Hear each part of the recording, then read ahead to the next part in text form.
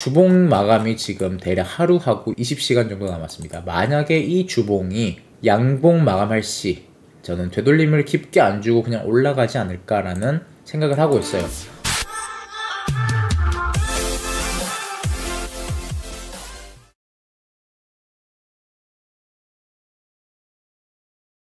네, 안녕하세요 여러분들, 오랜만입니다. 네, 드디어 기나긴 횡보, 거의 한 5, 6일 정도의 횡보가 이어졌었죠. 여기서부터 여기까지 보시면 되는데 한 5일 정도 있었네요. 네, 그 다음에 드디어 제가 기다렸던 자리를 찍고 반등하는 그림이 나옵니다. 그래서 여러분들에게 공유해드린 관점 그대로 지금 가고 있어서 매우 기쁘고요.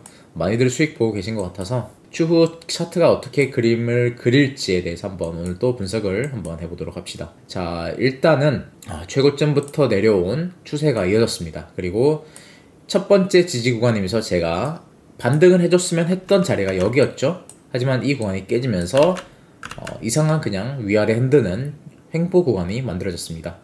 자, 어느 정도 이제 횡보 구간이 끝날 때쯤에는 어떠한 패턴이 나왔죠? 그렇죠. 헤드앤 숄더 패턴이 만들어지고 우리에게 힌트를 더 던져주었죠.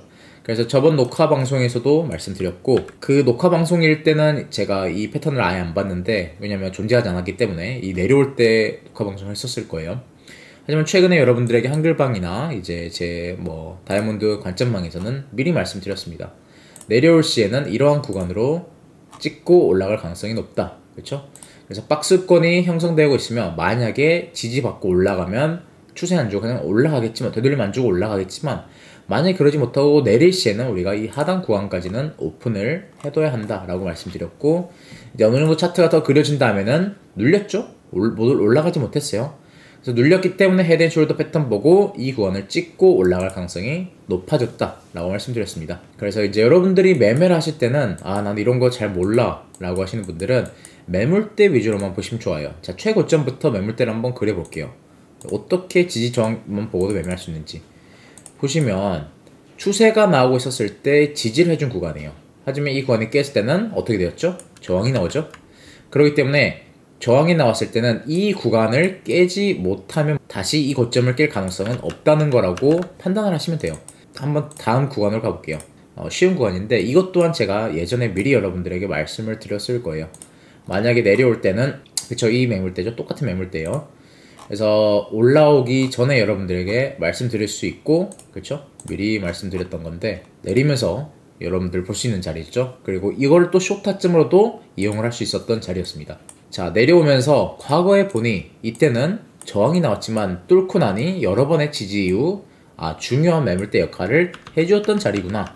그렇기 때문에 크게 보면 내린 다음에 뚫고는 저항이 나올 거는 어느 정도 예측할 수 있죠. 당연히 여기서 뚫리면 지지받고 올라가겠지만, 하지만 좀 더 단기적으로 본다면 이게 우리에게는 이 자리에서 반등을 했었을 때 숏타점이 되는 거예요.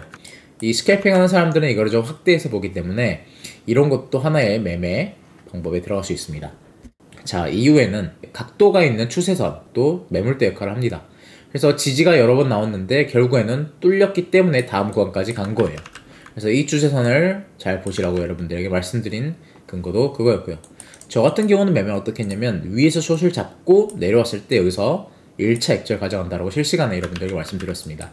그리고 이 장악이 나왔을 때 이거 잘하면 올라갈 수 있겠는데 라고 생각했지만 숏을 다 던지진 않았어요. 왜냐하면 일봉이 너무나게도 풀 음봉으로, 풀까지는 아니지만 장대 음봉이 나왔기 때문에 추가적인 하방도 열어둬야 된 상황이었어요. 하지만 저는 어디에서 숏을 다 던졌냐면 이 매물대 103 여기가 깼을 때는 숏을 일단은 다 정리한 상황입니다. 다시 들어가면 나중에 들어가겠지만 지금 여기서 굳이 이 구간이 깨졌는데 들고 있을 이유가 없다 이거죠. 왜냐? 다시 뚫리면 그때 리테스트 할 때 들어가도 어차피 제 타점은 똑같아요. 여기서 정리를 했기 때문에 다시 여기서 들어갈 수 있다 이거예요. 근데 굳이 깨졌는데 들고 있다가 평단이 올라가면서 본절로 나오는 것보다는 훨씬 괜찮은 매매 방법이겠죠. 네, 그래서 일단은 그렇게 매매를 했고요. 그래서 지금 아래에서 한번 롱 타고 한 번 더 불 타고 해서 지금 롱을 전체적으로 다 들고 있고요. 그래서 수익이 많이 나서 기쁩니다. 여러분들도 한글방 보고 이제 주변 사람들 보니까 어느 정도 수익이 나고 있는 것 같아요. 그래서 이번에 어떻게 올라갈지 지켜볼 건데, 자, 주봉 마감이 지금 대략 하루하고 20시간 정도 남았습니다. 만약에 이 주봉이 양봉 마감할 시, 저는 되돌림을 깊게 안 주고 그냥 올라가지 않을까라는 생각을 하고 있어요. 어쨌든 간에 내려오는 이평을 뚫고 난 이후에 처음으로 한 리테스트거든요. 이평을 기다리는 시간을 가질 수도 있겠지만, 그런 시간을 가진다면 이런 식으로 할 거예요. 이런 식으로 이제 수렴이 나오든지 이렇게 모아가면서 오기 때문에 수렴이 나올 가능성이 굉장히 높아요. 또는 올린 다음에 불규칙으로 한번 내리고 이걸 모인 다음에 이런 식으로 가져갈 가능성이 높고, 그래서 올라가더라도 비트코인은 뭐 장대 양봉이 나올 거라고는 아직은 보기 조금 힘들지 않나, 저는 생각을 하는데, 또 어떻게 올라갈지는 지켜봐야겠죠.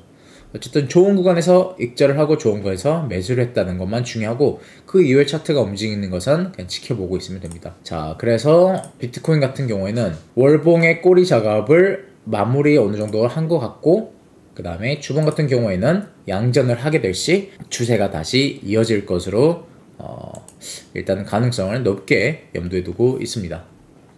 그래서 나쁘지 않다라고 보고 있어요. 하나 이제 걱정되는 게, 일봉으로 넘어가 보시면 이제 이렇게 볼 수가 있는데, 일봉의 헤드 앤 숄더가 존재하거든요. 이렇게. 그래서 여기에서 왼쪽 숄더 헤드 그리고 오른쪽 숄더 만들고 뚫린 상황이에요.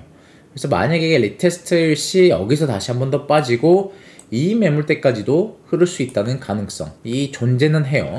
그렇죠? 그래서 이 매물대 찍고 올라간다 라고 볼 수 있겠지만, 만약에 지금 나오고 있는 이 추세가 이 오른쪽의 어깨, 그래서 1068 이 정도죠. 오른쪽의 어깨 고점을 뚫을 시에는 이 헤드 앤 숄더 패턴이 깨집니다. 그렇죠? 그렇기 때문에 그때는 이거는 하나의 뭐죠? 스탑헌팅을 하면서 이동성을 만드는 과정이었구나, 다시 한번 털고 가는 무빙이겠구나 라고 우리가 생각을 할 수 있겠죠.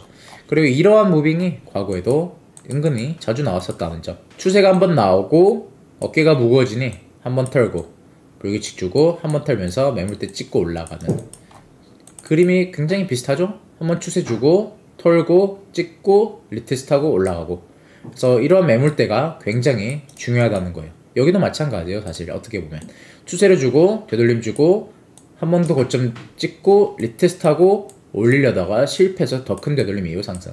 그래서 이제 한 번 더 올리고 여기서 불규칙으로 준 다음에 올릴지, 아니면 뭐 여기가 이제 비트코인이 끝이면 내리겠죠. 뭐 그거는 이제 추후 가볼 건데, 도미넌스를 이제 한번 빠르게 봐보시면 이제 이후에 차트가 어떻게 움직일지 어느 정도 방향성을 볼 수가 있습니다. 자, 만약에 이번에 비트코인이 되돌림을 주면서 빠졌다, 그럼 비트코인은 어느 정도 장이 끝났다라고 해석이 되는데, 지금 같은 경우에는 비트코인이 되돌림을 줘도 추가적인 상승이 나오는 게 보이죠? 그러면 이제 세력 입장에서는 이 반등으로 인해 더 모았다라고 생각을 하시면 돼요. 이제 비트코인이 되돌림을 주고 반등을 하면서 이 구간에서 굉장히 많이 물량을 매집했다라고 해석이 저는 됩니다. 그래서 떨구면서 저점부터 제가 이제 말씀드린 아까 제가 기다렸던 매물대 있죠? 그런 구간에서 다 이제 어느 정도 받아먹었다라고 해석이 되는 거죠.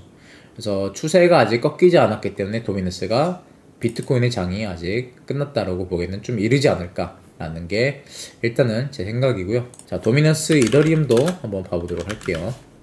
이더리움 도미넌스 같은 경우에는 한번 추세가 한번 나오고 지금은 조금 쉬고 있는 모습이에요. 하지만 어쨌든 간에 하락 추세는 깼다라는 게 중요하기 때문에 조만간 이더리움도 저는 충분히 추세를 보여주면서 올라갈 거라고 일단은 기대를 하고 있습니다. 네. 자, 그리고 마지막으로는 테더 도미넌스. 테더 도미넌스 같은 경우에는 자, 여러분들에게 말씀드렸습니다. 언제 말씀드렸죠? 바로 이때 말씀드렸을 거예요.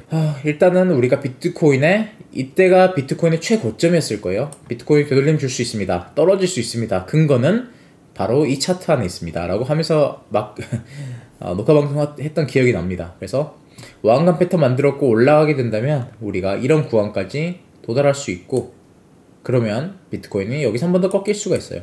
근데 한 번 더 올라가게 될 시에는 그 다음 구간도 열어놔야 된다, 뭐 이런 식으로 말했던 것 같은데, 첫 번째 구간이 여기고 두 번째 구간이 여기였네요. 그 다음에 세 번째 구간까지 지금 추세 라인까지 갔네요. 이러면 그래서 두 배 값과 추세 라인 이 구간을 봤었는데, 이렇게 보시면 될 것 같아요. 그래서 보면 여기에도 뚜렷하게 매물대가 보이죠? 리테스트하고 올리고 리테스트하고 여기서도 한 번 더 지지받고 올리고 이게 보여요. 그래서 지금 같은 경우에는 우리가 테더 도미넌스는 이 추세 라인을 그리고 매매하는 게 굉장히 중요합니다. 자, 이제 이 추세가 꺾일 시에는 비트코인이 고점 갱신을 하면서 신고가를 향해 달려가면서 추세가 나올 가능성이 굉장히 높은 아주 중요한 선이에요. 그래서 여러분들도 이거를 다 그려두시고 우클릭 이후 알림을 걸어놓으시면 좋을 것 같아요. 그럴 시에는 우리가 지금 이게 비트코인의 조정이거든요. 조정이 끝났고 올라가겠구나 이렇게 보는 거죠. 자, 여러분들 좋은 주말들 보내시고 다음에 또 뵙도록 하겠습니다. 지금은 나쁘지 않은 것 같아요. 네, 어쨌든 우리가 기다렸던 자리였고 그 자리를 딱 찍고 오르고 있는 상황이기 때문에 어떻게 흘러갈지 같이 지켜보면서 쭉 꾸준히 업데이트 해드리도록 하겠습니다. 감사합니다.